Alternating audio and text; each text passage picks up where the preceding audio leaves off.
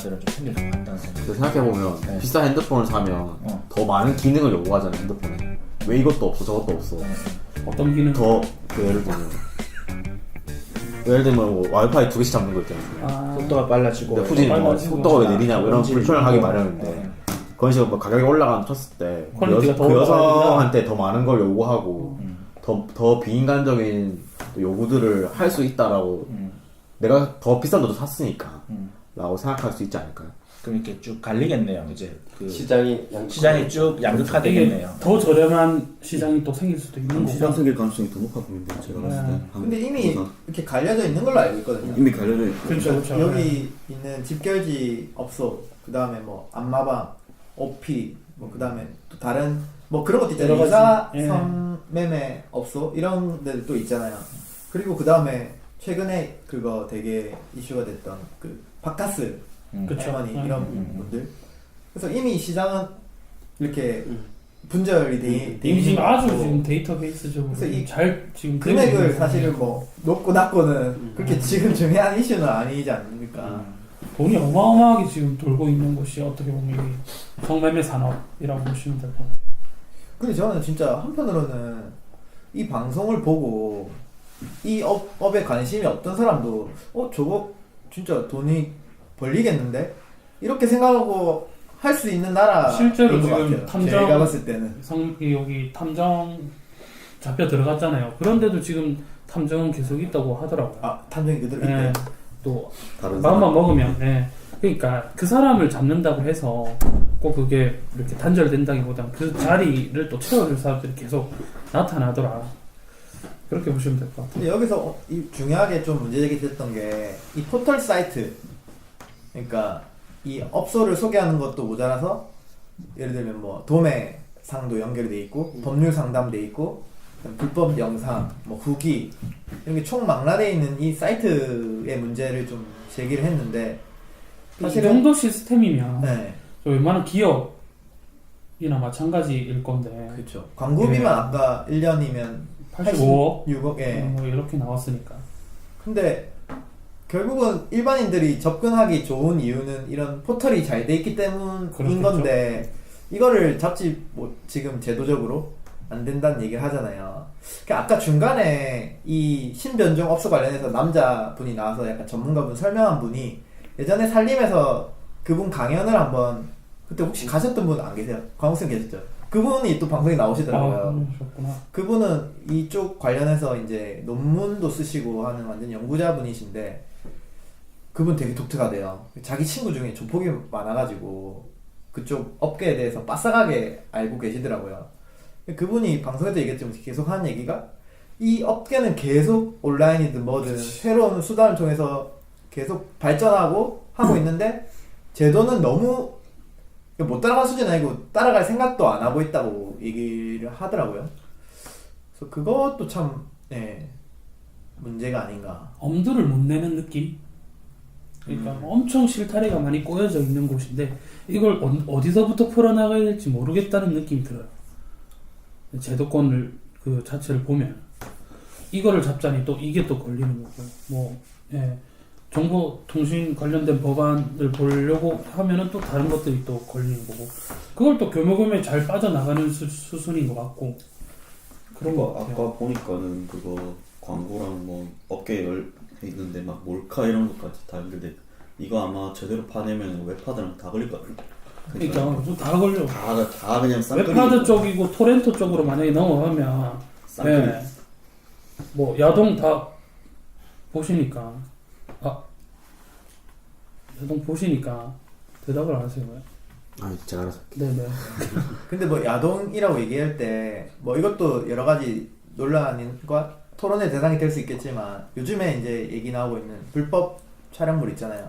그 한편에는 뭐 리벤지 포르노라는 이름으로 얘기도 하기도 하고 그런 성관계 그러니까 그 포르노 어떤 산업의 차원이 아니라 그냥 개개인의 그 영상을 유포하는 거랑 관련되어 있는 지금 그 무슨 사이트죠? 위디스크 그 회장이 이제 이렇게 오르내리고 있는데 그 업계가 이렇게 커진 이유도 이제 소위 말하는 뭐 포르노가 아니라 그냥 일반 영상들 그게 유통되는 규모가 엄청나다고 하더라고요.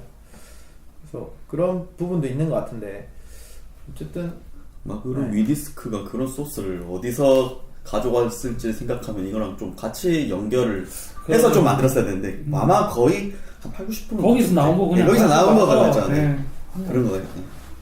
근데 그것까지는 그게 그거랑 터지기 전에 찍었던 그거죠. 양진호 터지기 전에 이게 나왔던 거죠. 그렇죠.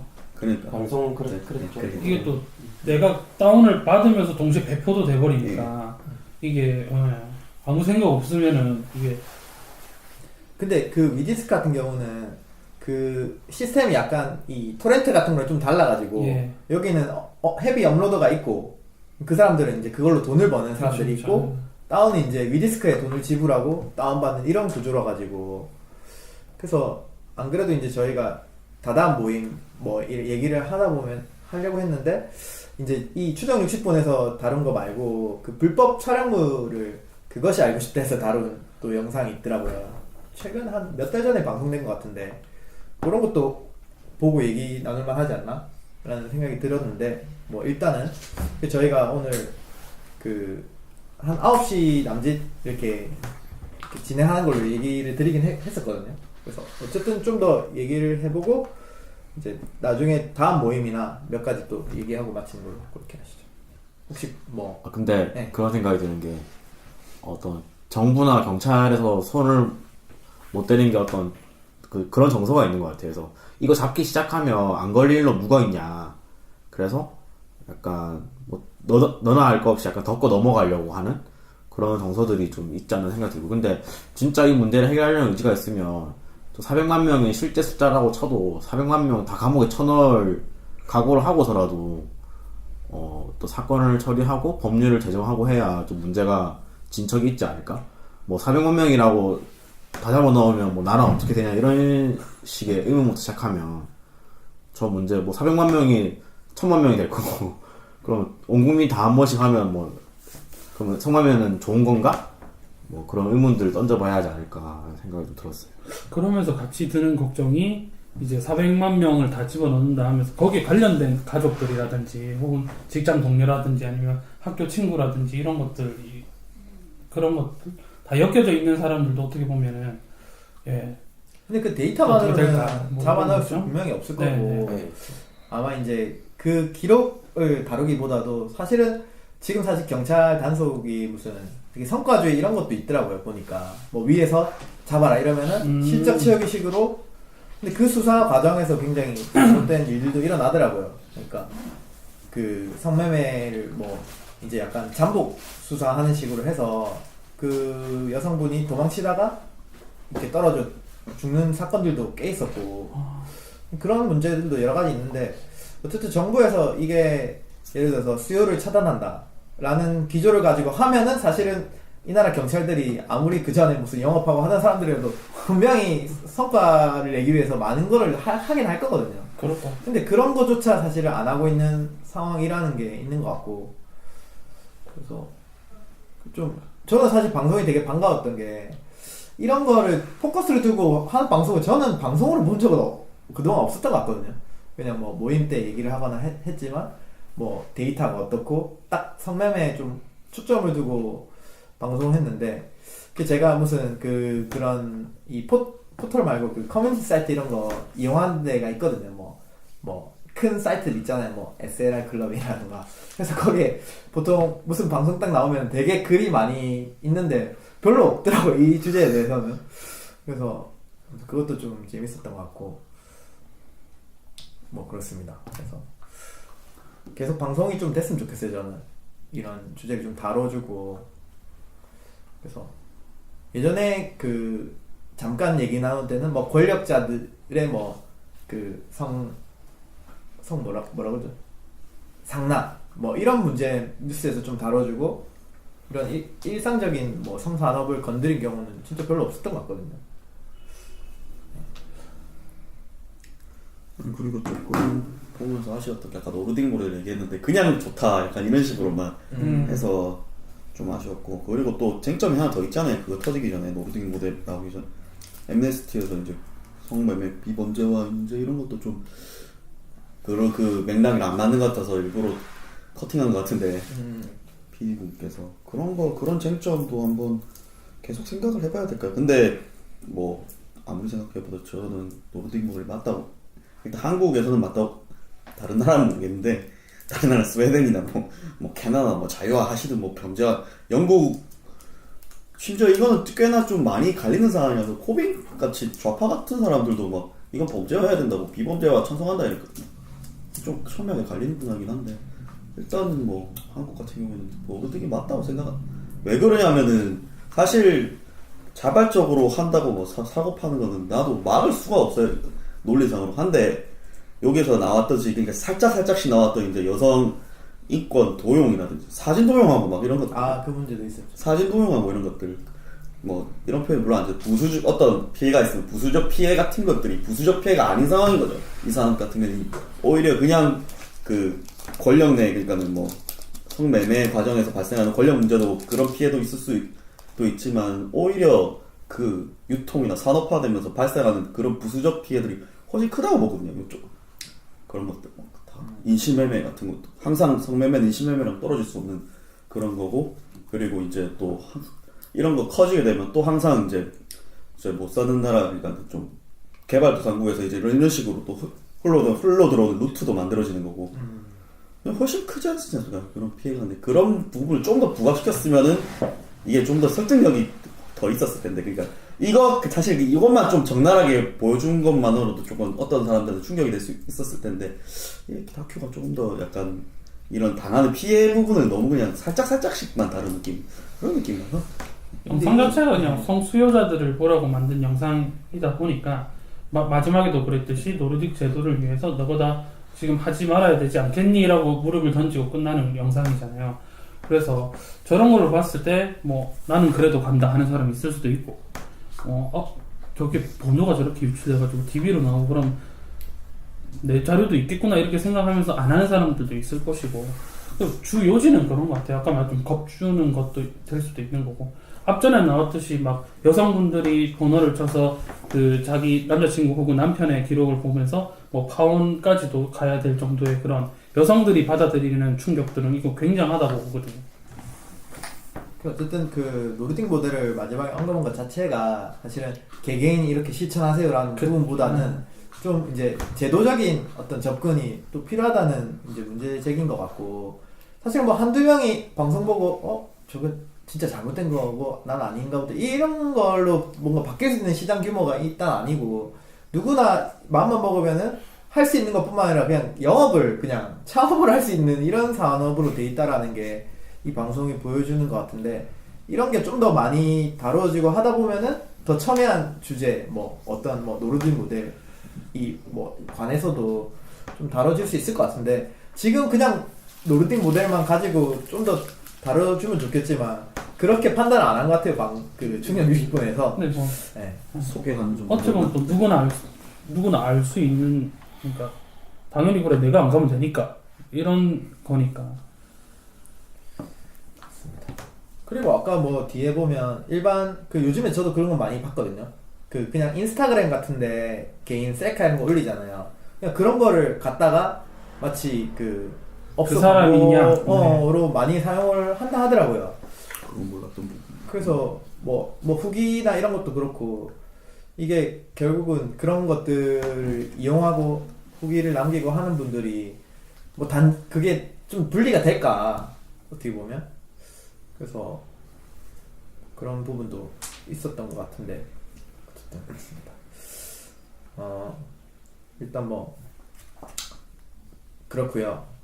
저희 이제 아까 인스타그램에 오늘 뭐 어떤 그 유저가 팔로우 했다고 해서 딱 들어가 보니까 남녀 섹알바 급구 카톡 문의 뭐 이런 게 쭉 돼 있는 거 저한테. 제가 무슨 생각했냐면 페이스북에 친구 추가 많이들 들어오지 않아요?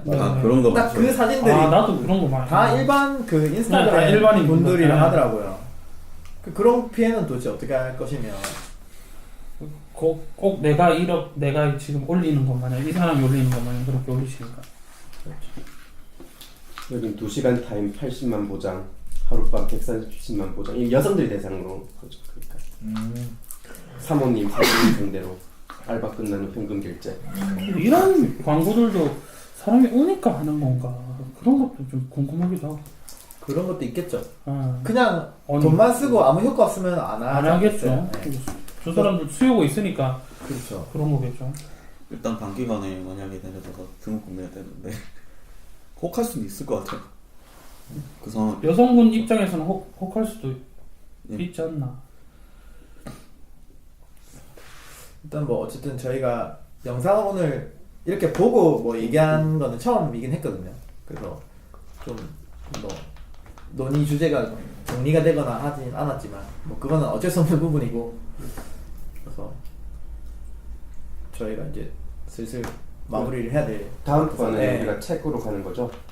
네, 저희 다음 모임 이전에 그 한 가지 공지를 하자면, 그 전에 그 수원에서 여성의 전화라는 단체에서 그 수요자 포럼에서 좀 초청을 해주셔가지고 여기 산림 그 변 소장님이랑 같이 이제 가는 걸로 얘기가 됐었는데, 그때 뭐 좀 참석하실 수 있는 분이 많지는 않았는데 어쨌든 날짜는 그 14일 12월 14일 금요일이고 오후 2시에 거기서 이제 행사를 하는 걸로 이렇게 결정이 됐거든요.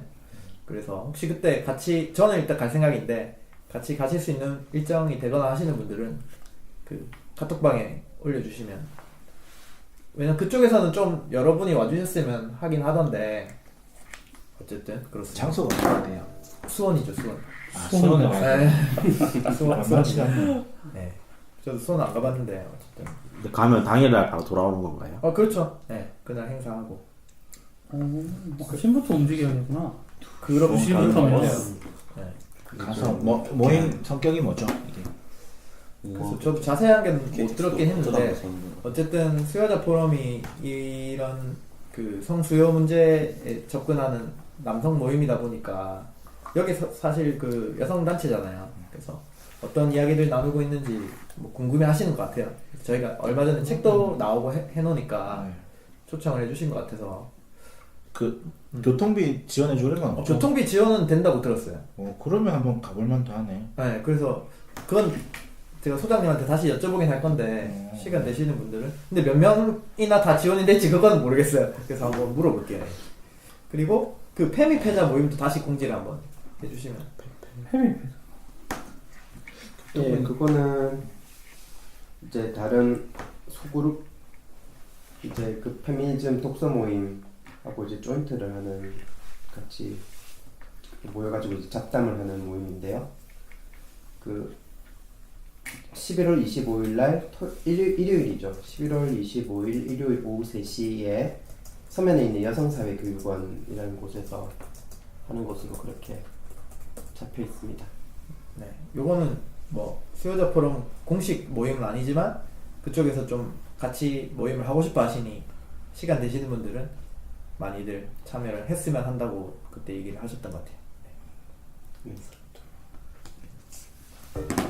그래서 몇 분 참석한지 미리 얘기해 드려야 되나요? 그 전에 알려드려도 되게 네. 좋겠죠. 네. 혹시 되시는 분은 뭐 저는 될 것 같고, 또 저도 그건 그 모임은 가능한 오고 쇼견은 괜찮아요. 그날은. 모릅니다. 그 집안 상태를 봐야 돼.